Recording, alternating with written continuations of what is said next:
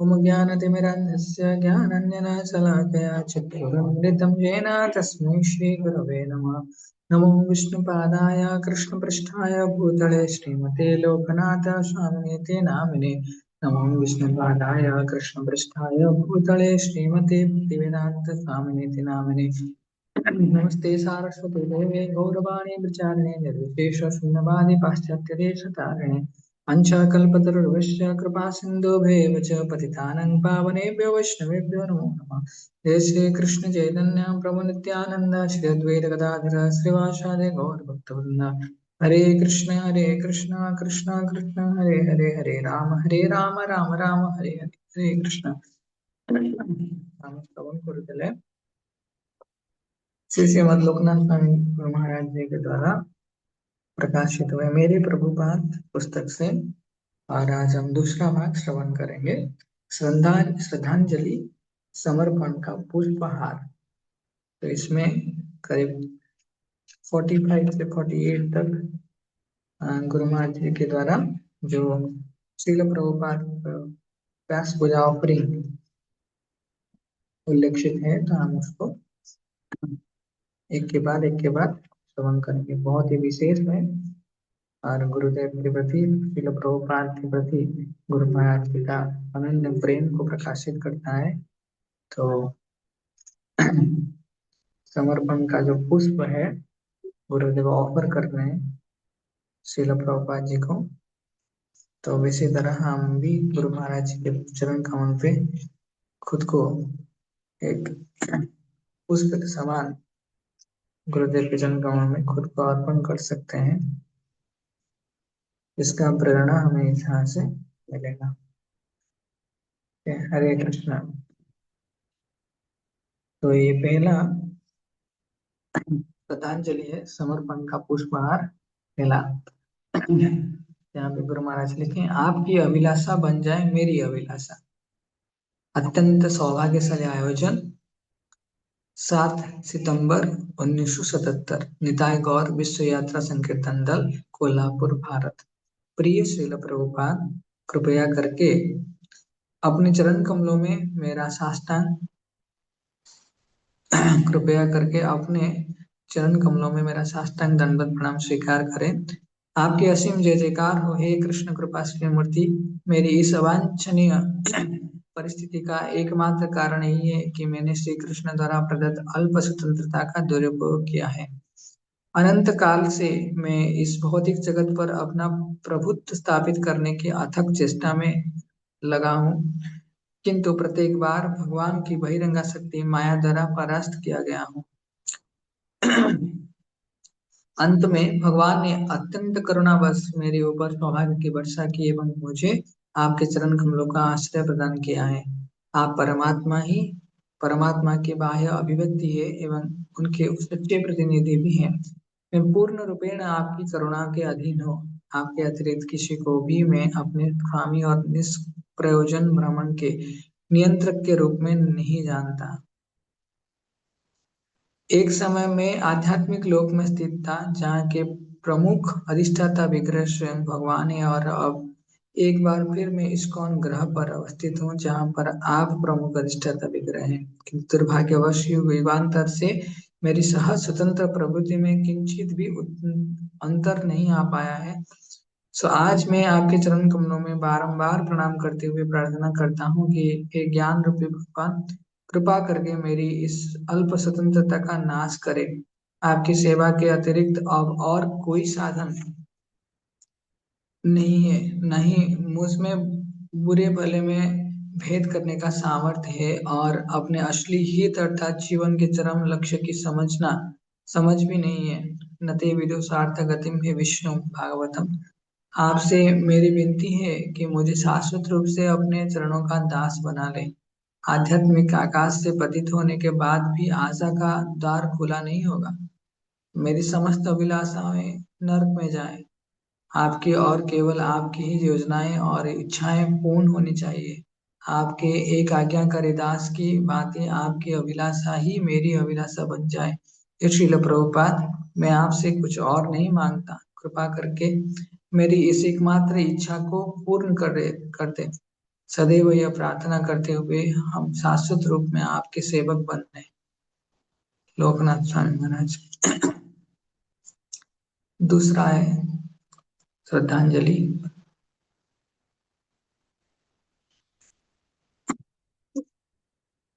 नगर चर्चा अत्यंत सौभाग्यशाली आयोजन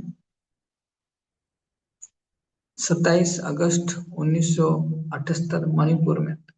ज्ञानातिमिरान्धस्य ज्ञानाञ्जनशलाकया चक्षुरुन्मिलितं येन तस्मै श्रीगुरवे नमः। नमो विष्णुपादाय कृष्णपृष्ठाय भूतले श्रीमते भक्तिवेदान्त स्वामिनिति नामिने। नमस्ते सारस्वते देवे गौरवाणी प्रचारिणे निर्विशेष शून्यवादी पाश्चात्य देशतारिणे। सभी वैष्णवों के सम्राट सभी भक्तों के प्रभु एवं गुरु कृष्ण कृपा मूर्ति श्रील प्रभुपाद प्राय कहा करते थे, मैं अर्जुन के पुत्र बभ्रुवाहन की धरा मणिपुर को इस्कॉन का प्रथम वैज्ञानिक वैष्णव प्रदेश बनाना चाहता हूँ। जब से इस्कॉन का नाम प्रचलित हुआ, मणिपुर में सभी आपके दिव्य चरण कमलों की शरण प्राप्त करने हेतु अत्यंत उत्सुक थे। मणिपुर के अधिकांश वैष्णव इस संदर्भ में प्राय खेद व्यक्त करते हैं कि मणिपुर में आपकी योजनाबद्ध यात्रा संभव ना हो सकी। श्रील प्रभुपाद फिर भी इस बात को लेकर हर्ष व्यक्त किया जा सकता है। श्रील प्रभुपाद फिर भी इस बात को लेकर हर्ष व्यक्त किया जा सकता है कि अंत में परम पुरुषोत्तम भगवान श्री कृष्ण की कृपा से आपकी इच्छा पूर्ण हो सके। भौतिक जगत से महाप्रयाण से पूर्व आपके द्वारा दिए गए निर्देशों के अनुसार इस्कॉन मणिपुर का उद्घाटन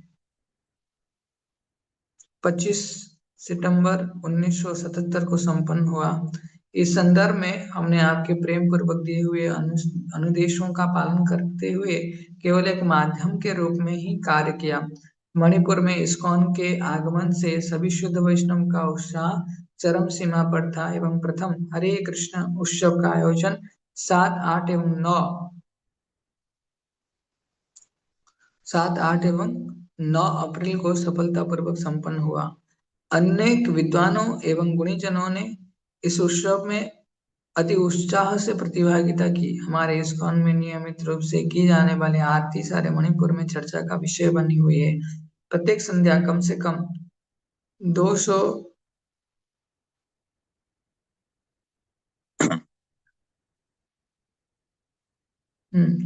प्रत्येक संध्या कम से कम 250 250 व्यक्ति श्रीमद् भगवद गीता कक्षा में सम्मिलित होते हैं एवं इस्कॉन की गतिविधियां की भूरी भूरी प्रशंसा करते हैं। मणिपुर के इतिहास में प्रथम बार अंतरराष्ट्रीय भागवत धर्म प्रवचन का आयोजन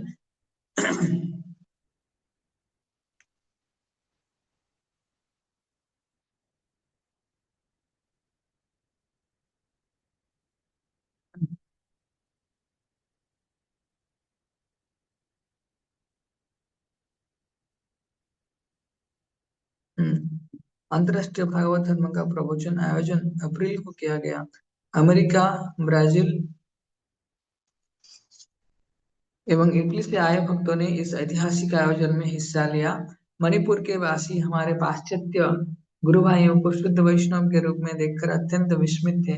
कृष्ण कृपा श्री मूर्ति यह केवल आपके दिव्य करुणा का अमूल्य उपहार की ही कहा जा सकता है। अंततः मणिपुर में आपके दिव्य परिकल्पना के अनुसार गतिविधियों का शुभारंभ हो चुका है।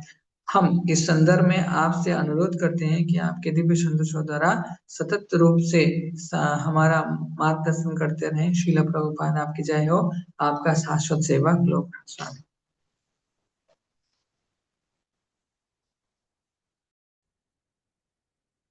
हरे कृष्ण। तीसरा है, हे परम प्रिय आध्यात्मिक गुरुदेव, अत्यंत सौभाग्यशाली आयोजन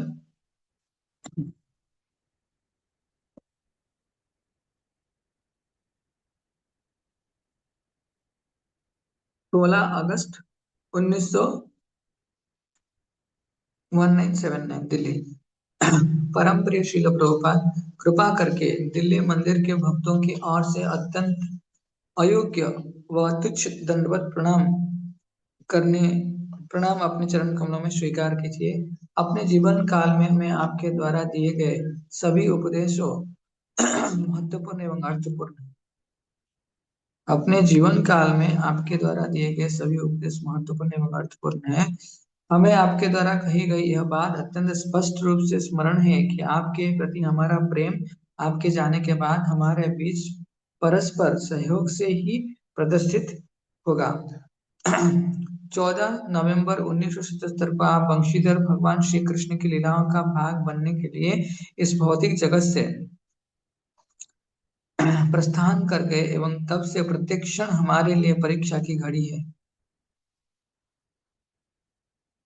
हम सब पतित हैं, इसलिए जो कुछ भी हम देखते हैं उस सब का हम स्वतंत्र स्वामी बनने का प्रयास करते हैं। श्रील प्रभुपाद, हम वास्तव में टेढ़ी खीर एवं उलझनकारी व्यक्ति हैं। इस प्रकार कड़े व सख्त छिलके वाले बादाम को तोड़ना अत्यंत कठिन होता है, उसी प्रकार हमें समझना भी अत्यधिक कठिन है। कृपा करके हमें दंड देकर जगाएं। हम सब मूर्ख हैं तथा इसी योग्य हैं। एक बार एक मरणासन्न पिता ने अपने सभी पुत्रों को पास बुलाया और एक छोटा प्रदर्शन किया। पिता ने एक छड़ी उठाई और उसे बहुत आसानी से तोड़ दिया। फिर उन्होंने दो छड़ियां एक साथ ली और पहले की अपेक्षा थोड़ी अधिक प्रयास के साथ उनको तोड़ दिया। उसके बाद उन्होंने तीन छड़ियां तक साथ तोड़ने का प्रयत्न किया, जो पहले की अपेक्षा और अधिक कठिन प्रतीत हुआ। अंत में अपने छड़ियों का एक गट्ठर उठाया और तोड़ने का श्रेष्ठतम प्रयास किया, किंतु असफल रहा। भगवान की बहिरंगा शक्ति माया द्वारा अत्यंत शक्तिशाली है। भगवान की बहिरंगा शक्ति माया जो अत्यंत शक्तिशाली है, इसी प्रकार अकेले मनुष्य के हृदय से भगवान के प्रति समर्पण की भावना को नष्ट करने का प्रयास करती रहती है। परंतु यदि सब व्यक्ति एकजुट होकर पूर्ण हृदय के साथ श्री कृष्ण को केंद्र में रखकर प्रयास करें, तो माया के सबसे अधिक बलशाली आक्रमण को भी सहन कर सकते हैं। आध्यात्मिक जगत में ऐसी मनोवृत्ति होना स्वाभाविक है। आध्यात्मिक जगत का यही सिद्धांत है। भगवान के आध्यात्मिक जगत का प्रत्येक जीव भगवान के चरण कमलों की शीतल छाया को ही केंद्र में रखकर जीवन व्यतीत करता है। श्रील प्रभुपाद, आपने हमें असंख्य बार इस बात का स्मरण कराया है कि इस भौतिक जगत का प्रत्येक प्राणी भगवान श्री कृष्ण माने भक्तों का शत्रु है। हाँ, अतः इसका समाधान यही है कि इस्कॉन के सभी भक्त एकजुट होकर रहे। यदि हम एकजुट होकर रहेंगे तो हम खड़े रहेंगे और इस्कॉन का विस्तार होगा, अन्यथा विभाजित होकर हम निश्चय ही बिखर जाएंगे।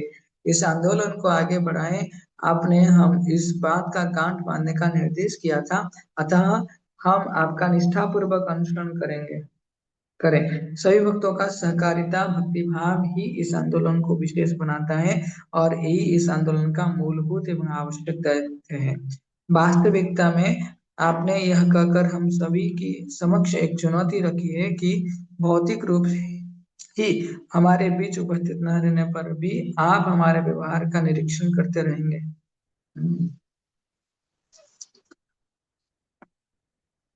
एवं हम में से जो भी आपके प्रति थोड़े से भी प्रेम का दावा करता है, उसे इस सामूहिक सहयोग की भावना का पालन करना ही होगा। हे परम प्रिय गुरुदेव, आपके चरणों में नतमस्तक होकर हम विनम्र भाव से आप बारंबार आपसे प्रार्थना करते हैं कि आप दया करके हमारे हृदय में परस्पर सहयोग की इस भावना को संचार करें, ताकि हम एक अर्थपूर्ण व्यक्तित्व के भागी बने। अन्यथा हम सदैव उसी स्थिति में रहेंगे। आपके निरर्थक सेवक लोकनाथ स्वामी। चौथा, परम शोभायमान व्यक्तित्व। अत्यंत सौभाग्यशाली आयोजन।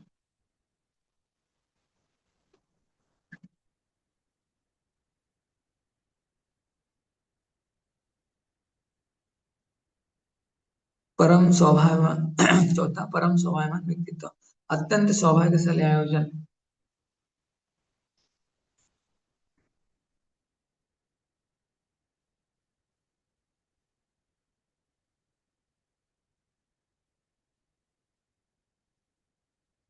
13 अगस्त 1981, नई दिल्ली। गुरुदेव, गुरुदेव कृपा बिंदु दिया करो हे दासे, ऋणापेक्षा सकल सहने बल दिया करो निज माने स्पृह। हे गुरुदेव, अपनी करुणा की एक बूंद से अपने इस दास को घास के एक तिनके से भी अधिक विनम्र बना दीजिए। मुझ समस्त परीक्षणों तथा समस्याओं को सहन करने का शक्ति प्रदान कीजिए तथा निजी सम्मान की समस्त आ- आकांक्षाओं से मुझे मुक्त कर दीजिए। परम प्रिय श्रील प्रभुपाद, हस्तिनापुर दिल्ली आपके बहुत सी प्रारंभिक प्रेरणा का स्थान है।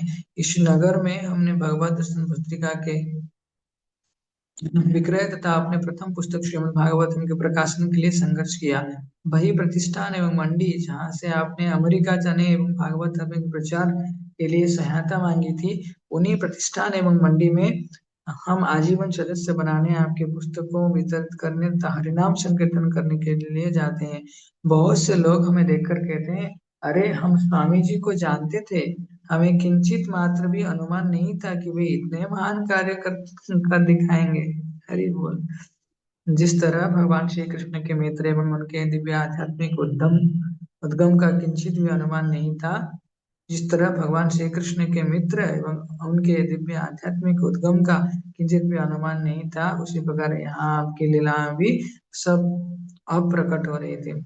हस्तिनापुर दिल्ली की वह स्थान है जहाँ अपने असीमित सहनशीलता, साहस एवं दृढ़ विश्वास एवं धैर्य का परिचय दिया था। जब ताप असहनीय हो जाता है, चारों ओर धूल का गुब्बारा छा जाता है एवं लोगों के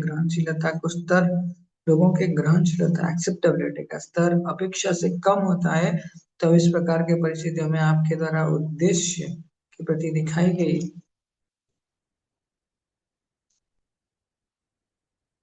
प्रतिबद्धता, हम फिर से पढ़ेंगे, ये बहुत ही महत्वपूर्ण है।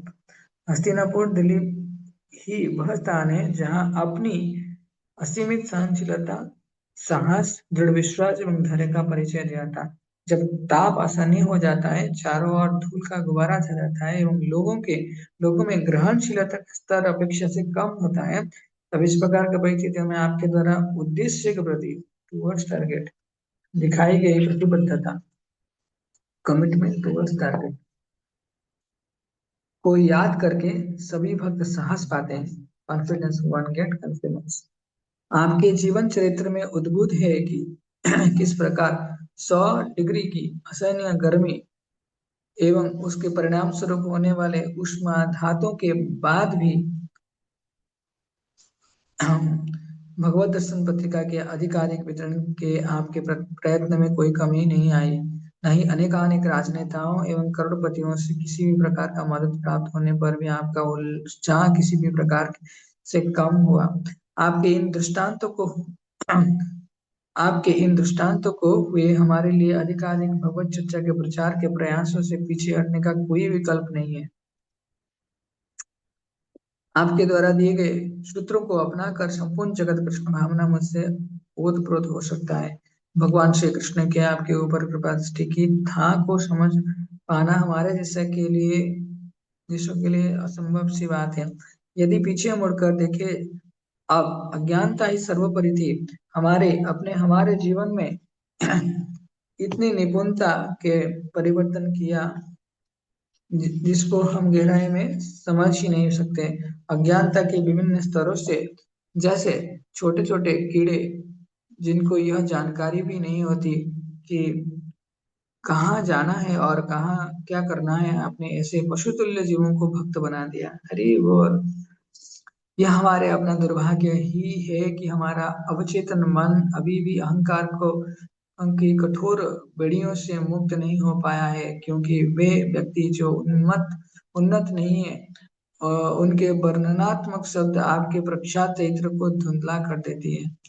आपकी दया के फलस्वरूप ही न जाने कितनी जीवात्माएं जन्म एवं मृत्यु के बंधनों को तोड़कर अपने मूल निवास परम धाम को प्राप्त करने में सफल हुई एवं होती ही रहेंगे। सार्वजनिक रूप से ज्ञात वैदिक इतिहास के विस्मृत क्षेत्र की सीमा में आपके समान तेजस्वी व्यक्ति को दूसरा कोई नहीं दिखाई पड़ता। इस शताब्दी के मध्य में वैदिक सभ्यता ह्रास होते होते केवल एक धुंधले प्रकाश के समान अविवेच्य एवं अभिद्य स्थिति में पहुंच गई थी। उसी मृत पाया शब्दता के माध्यम से आपके जैसा ऊर्जावान तथा परम करुणामय व्यक्तित्व सामने आया, जिसके प्रयत्न के फलस्वरूप आज पुनः वैदिक ग्रंथों की शिक्षाएं अपने मूल स्वरूप में जगत के प्रत्येक कोने में प्रसारित हो रही है। 18 वर्ष की छोटी सी अवधि में आज शुद्ध कृष्ण भावनामृत पर आधारित श्रेष्ठ साहित्य प्रत्येक 40वीं व्यक्ति तक पहुंच चुका है। आपकी महिमा अगले 10,000 वर्षों तक असीमित रूप से फलित फलित फल फलती फलती रहेगी। आप भगवान श्री चैतन्य महाप्रभु के करुणा को करोड़ों अरबों जीवात्माओं तक पहुंचाने वाले अकेले भक्त के रूप में सदैव याद किए जाते रहेंगे। भगवान के प्रति आपके प्रेम देखकर प्रत्येक मनुष्य अनुप्रेरित होगा एवं जन्म मृत्यु के बंधन से मुक्त हो सकेगा। केवल भगवान का कई महानतम एवं अंतरंग भक्त ही इस प्रकार का आश्चर्यजनक कार्य करने में सफल हो सकते हैं।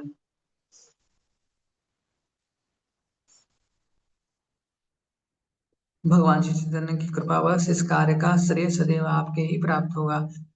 हम आपको अपने मध्य देख पाने की सौभाग्य पर केवल आश्चर्य कर ही सकते हैं।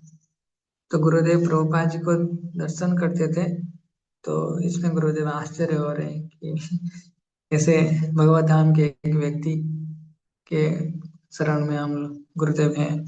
आपके निवेदन है कि अपनी कृपा की केवल एक बूंद हमें प्रदान कर दीजिए, इससे फलस्वरूप इसके फलस्वरूप हम आपके उदात्त एवं गौरवशाली व्यक्तित्व के अनुकूल आपकी ख्याति के गायन में सफल हो सके। चिरकाल तक आपका अपना लोकनाथ स्वामी।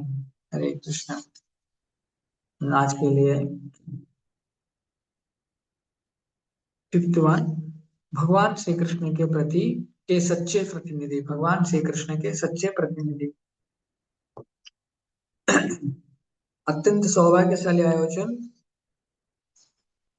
13 अगस्त 1982 नई दिल्ली।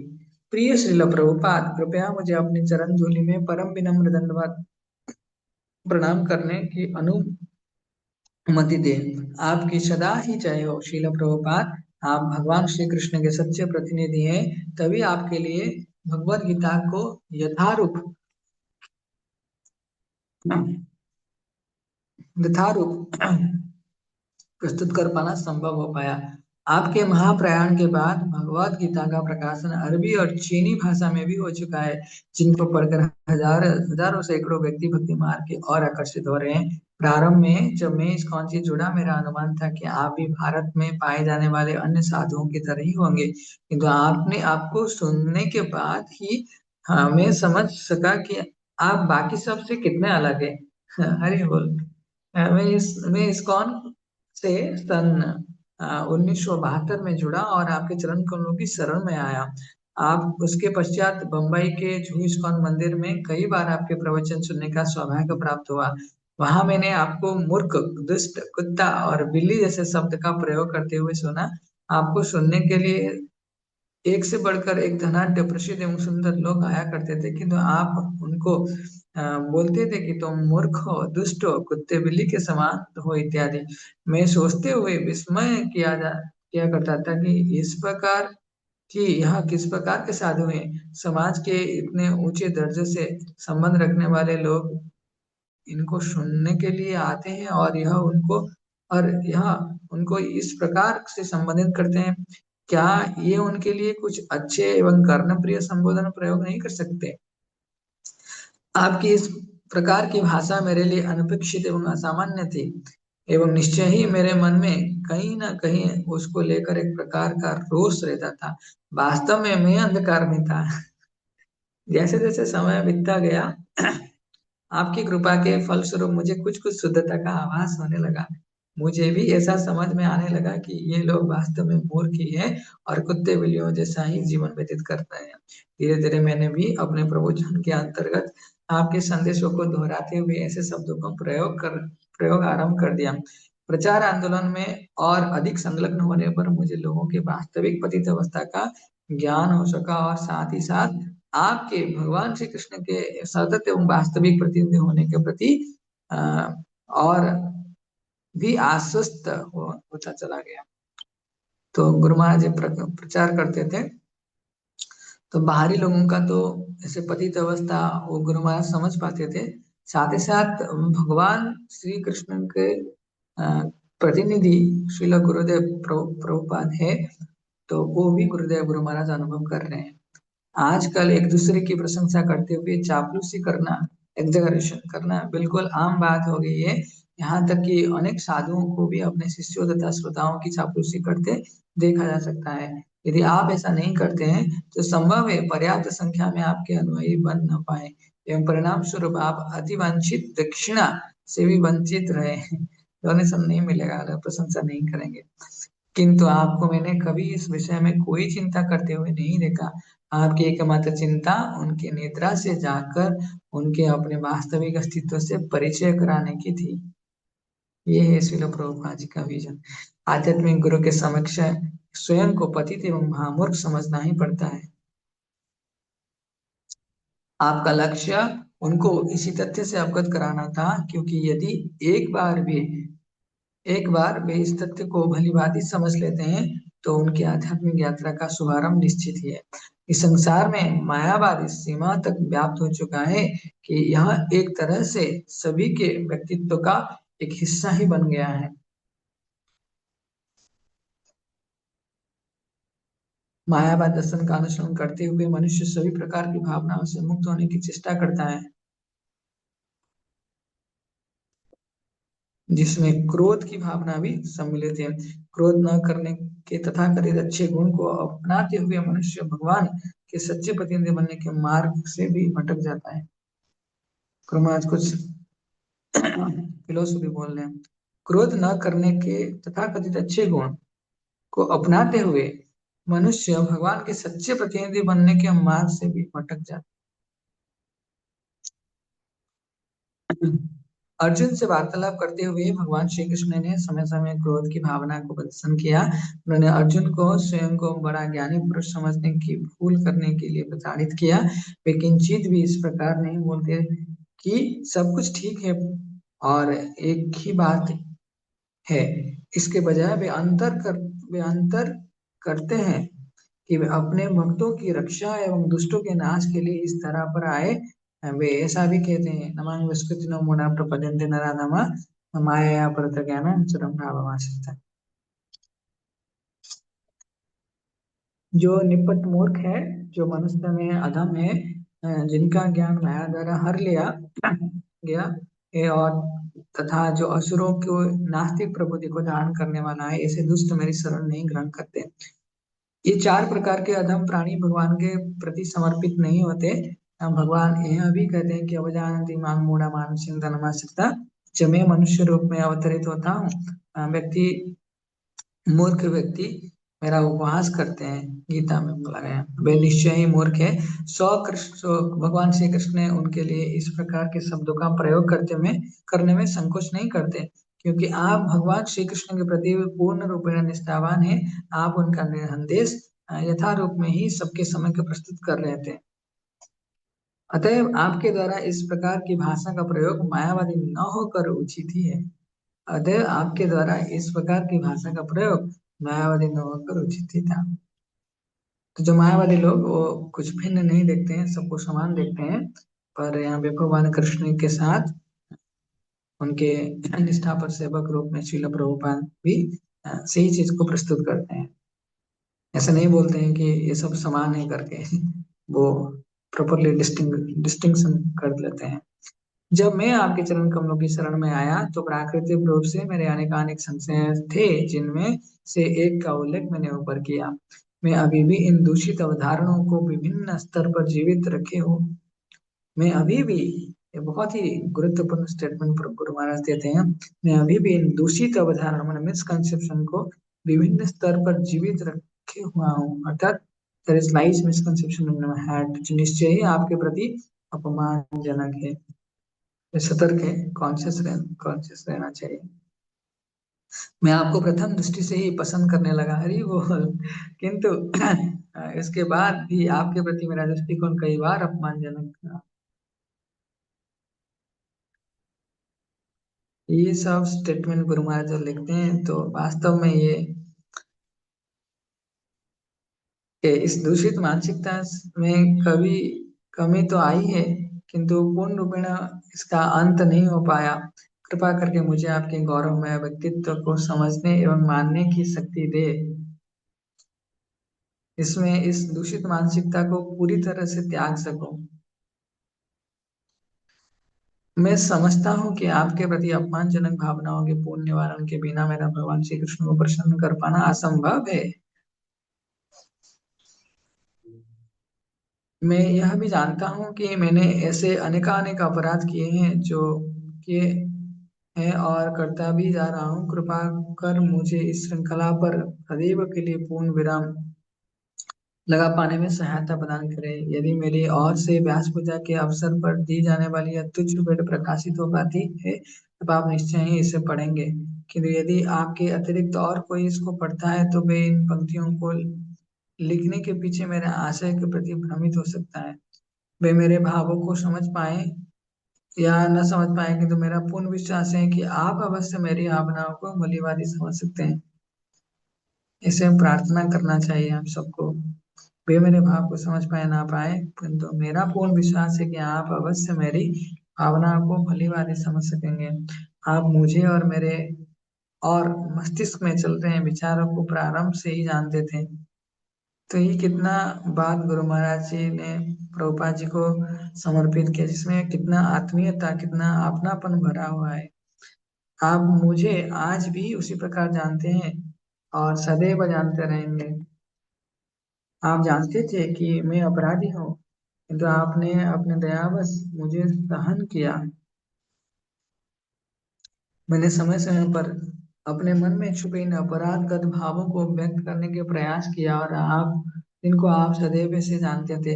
आज मैं व्यास पूजा के इस अवसर का लाभ उठाते हुए इन दूषित भावनाओं को औपचारिक रूप से व्यक्त करके इनको दूर करने का प्रयास कर रहा हूँ। बस यही मेरा निवेदन है। मैं अपने को बहुत अधिक अपराधी अनुभव करता हूँ कि आपसे जुड़ते समय मैं आपके व्यक्तित्व को पूर्ण रूप में नहीं समझ सका। आज भी मुझे इस तथ्य की पूर्ण अनुभूति नहीं है कि आप हंस के समान पूर्ण रूप में शुभ्र परमहंस साधक थे। तो आपके व्यक्तित्व को भौतिक जगत के आभा दूर दूर तक छू भी नहीं सकते हैं। आप वैकुंठ पुरुष है। प्रभुपाद जी वैकुंठ मैन। आप कोई साधारण व्यक्ति नहीं है, बल्कि सीधे भगवान श्री कृष्ण से जुड़े महापुरुष है।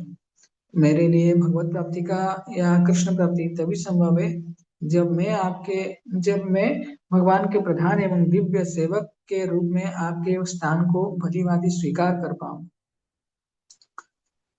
शिल प्रभुपाद भगवान के ऐसे प्रधान एवं दिव्य सेवक हैं, अगर उसको हम समझ पाएंगे तब हमारा उद्धार होगा। श्रील प्रभुपाद में आपसे इस संदर्भ में सहायता की भिक्षा मांगता हूँ। इस पुस्तक में व्यास पूजा की अन्य भेंटों में आप पाएंगे कि आपके सभी बच्चों ने बहुत ही सुंदर आकार से आपका महिमा मंडन किया है, किंतु वह मेरे समर्थ से बाहर की वस्तु है। मैं केवल एक अपराधी हूँ और एक अपराधी किस तरह से सबकी महिमा का गान करे। हे परम पूजनीय श्रील प्रभुपाद, कृपा करके मेरी इस आपराधिक मानसिकता का नाश करें, जिससे मैं आपके बारे में कुछ कहना प्रारंभ कर सकूं। इस आशय हेतु मैं आपने विनम्रता पूर्वक अतिशीघ्र प्रतिफल प्रदान करने की विनम्ति करता हूँ। आपके अपात्र सेवक लोकनाथ स्वामी। जय श्री गुरु महाराज की जय। हरे कृष्णा। तो नेक्स्ट सेशन में हम दूसरा श्रवण करेंगे। छेटा छेटा हमारा लक्ष्य आपके संतुष्टि। ओके, हरे कृष्ण। जय।